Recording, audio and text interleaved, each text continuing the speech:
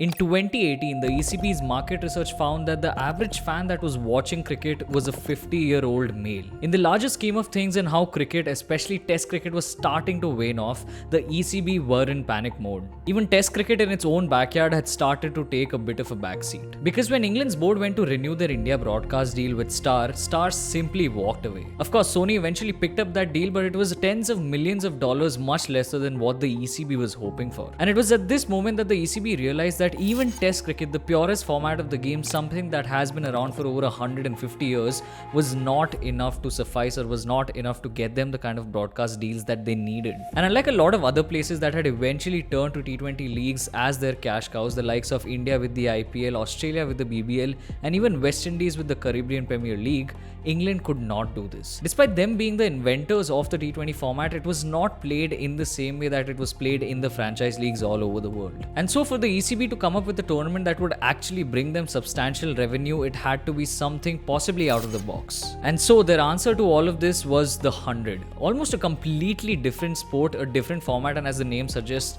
a tournament or a match where 100 balls take place per innings. 5 years later, and we do see that the women's 100 is a lot more successful than its men's counterpart, but there's a lot more to this and there's a lot of factions when it comes to acceptance around the tournament itself. But the real question to be answered is, why are there so many opinions and how did the 100 even come into existence?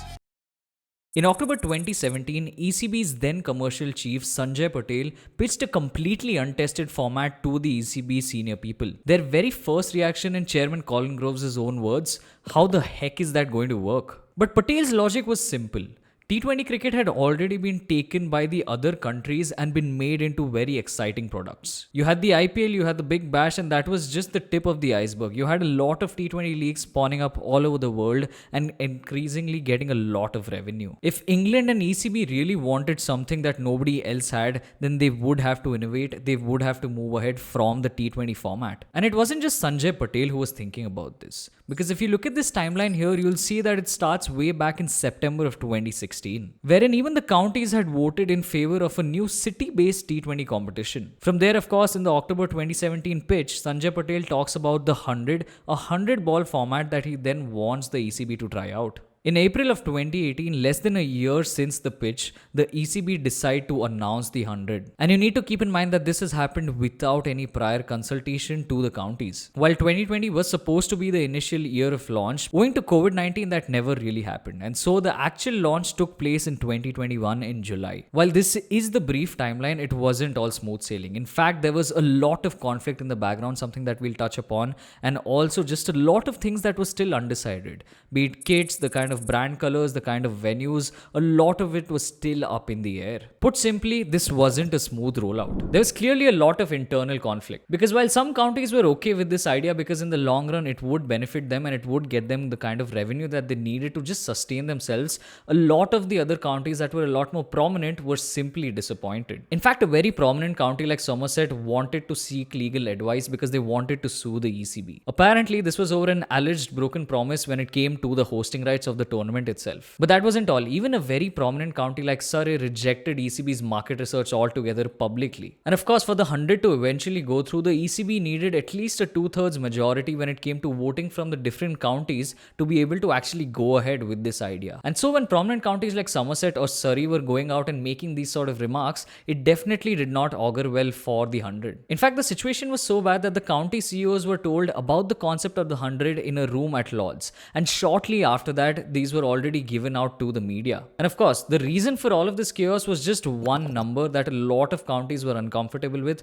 and a lot of people could not fathom. If you've made it this far and if you're enjoying this content, hit that subscribe button because we are so close to 2,000 subscribers. So get us there. It had a lot to do with the demographic that the ECB was catering to at that particular point. ECB's 2018 market research found that it was 82% of male audiences who were buying tickets. Not only that, it was also just limited to 94% British people who were white, and more surprisingly, the average age of people purchasing the tickets were just 50-year-olds. And these numbers are what justified everything. The creation of a new tournament for pulling in new audiences. The new format, the new brand, and hoping that that is able to get about not only more different kinds of people, but also people from different communities who could come in and adapt to cricket and watch the sport. While we'll never actually know if that was the reason for the 100, that's what a lot of the sources claim, that's what the ECB people talk about as well. And ultimately, it's the reason that the 100 exists. And so when it finally launched in 2021, the 100 had already done a lot of things that we've never seen in the history of UK sport,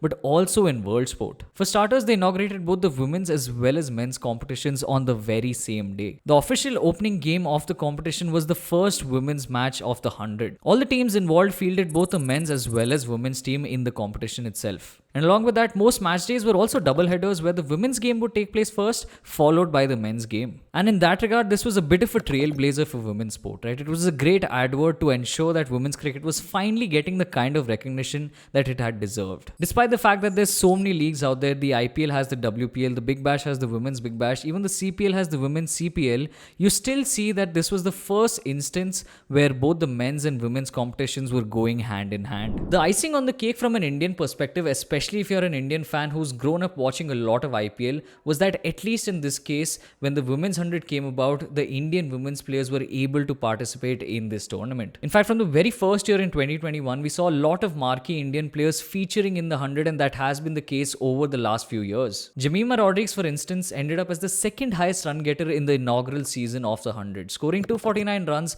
at a strike rate of 150. This was just the start of the Indian players dominating this particular competition. Even Deepti Sharma went on to win the tournament with London Spirit back in 2024. It's not just the case that these few Indian players have turned up and played a couple of cameos here and there. They've been crucial to the success of their franchisees, and we've also seen the likes of Smriti Mandhana and even Richa Ghosh come up in this tournament. As a result of all of these things, a lot of good things begin to happen, especially for the women's 100. Because for starters, the number of female attendees at 100 games has gone up by 10 points in the last 4 years. From 2021 to 2024, the number of ticket sales for females has gone up from 21% to 31%, which means that nearly a third of all of the people viewing the 100 games in stadiums are women. Even the total attendance, albeit gradually, has been going up year on year. In fact, from 2023 to 2024, the number went from 310k to 320k. A small increase, but definitely in the positive direction. Even the 100 final for the women's competition at Lords in 2025 saw record turn up, because it was a sold out Lords venue with an attendance of 22,542 people showing up for this final. And as per a lot of reports, the launch of the Women's 100 also brought about 4.9 million new viewers to the women's sport. And while the TV ratings have been up and down, even that number from 2023-24 to 24-25 has gone up by 26%. And what's also been promising is that a lot of it is just not one-time viewing, because 45% of all of the Women's 100 viewers have returned and watched multiple games of cricket. By no means has the growth been linear, and one can even argue that there have been ups and downs, meaning that this isn't necessarily a product that is going to bring in a lot more eyeballs, families, and new fans. But clearly these numbers were good enough for the Indian franchisees to start taking interest in this particular tournament, because the 100 around 2025 had reached a stage where a few counties were interested in letting go of their franchisees. They were okay with Indian franchisees coming in, or even other private equity firms coming in and getting some sort of stake in their particular teams. If you'll see this graphic, you'll realize that already 4 out of the 8 teams that are a part of the 100 now have some kind of India franchisee stake involved in them. The Northern Superchargers, of course, sold 100% of their stakes to the Sunrisers group. We're also seeing the RPSG group being accountable for 70% stake, a majority stake in the Manchester Originals. Whereas the Oval Invincibles and the Southern Brave both have 49% stake from Indian stakeholders in Reliance, as well as the GMR group involved in them. And while the other franchisees don't have an Indian stake at the moment, they still have been diluted, getting private equity firms into their particular mix. And so clearly there's been enough of a proof of work to establish the fact that there is potential here. Ultimately, when you look at this, it does pose some interesting questions. Despite all of this, and there being a little bit of history, the 100 is still a very controversial topic to talk about, and something that always fires debates. While initially it did seem to serve the purpose of ECB in trying to create a new product that could eventually get them a lot of revenue, over the years there has been a mixed response from the fans. It seems that because of the fact that the novelty factor has now worn off, you can see that the interest seems to be waning, at least in the men's 100. The added fact fact that now there's half of the franchisees that have Indian ownership involved in them has not gone down well with a lot of fans. They feel that it's a compromise on the development of the sport of cricket in England, and it's more rooted towards revenue and commercial purposes. And all of this despite the fact that it is actually benefiting some of the counties to have these Indian franchisees have a stake in their teams. The other side of it is also that some fans are happy that now there's Indian ownership involved in this tournament, because it means that there's a good chance that Indian women's cricketers at least would get a lot more opportunities to play in a tournament like the 100, which is of high competition. But again, what also comes with such conversations is the fact that there are talks of the format itself changing and going back to T20 cricket at the end of this broadcast cycle. And so as you can see, there are multiple angles of discourse, and there's a lot of factions that have been formed around their opinions on the 100. While I don't think that these conversations will ever die down, in some odd way the 100 has actually come out as an innovative product, and in this age of T20 we are looking at something that's a slightly different, more innovative format that might have actually done good for ECB. There are also enough numbers that we touched upon that show that the ECB has been able to rope in new crowds and people who are first time watchers of the cricketing sport. So at the very least, history will remember this as an experiment to see whether or not this actually achieves the kind of goals that it had been set out for is something that only time will tell. If you've enjoyed this video and learned something new, definitely hit that like button and comment down below on what your thoughts are of the 100 and if you enjoy watching this competition. Subscribe to the channel, we are getting closer to 2000 subscribers, so definitely get us there. Thank you so much for watching. Peace.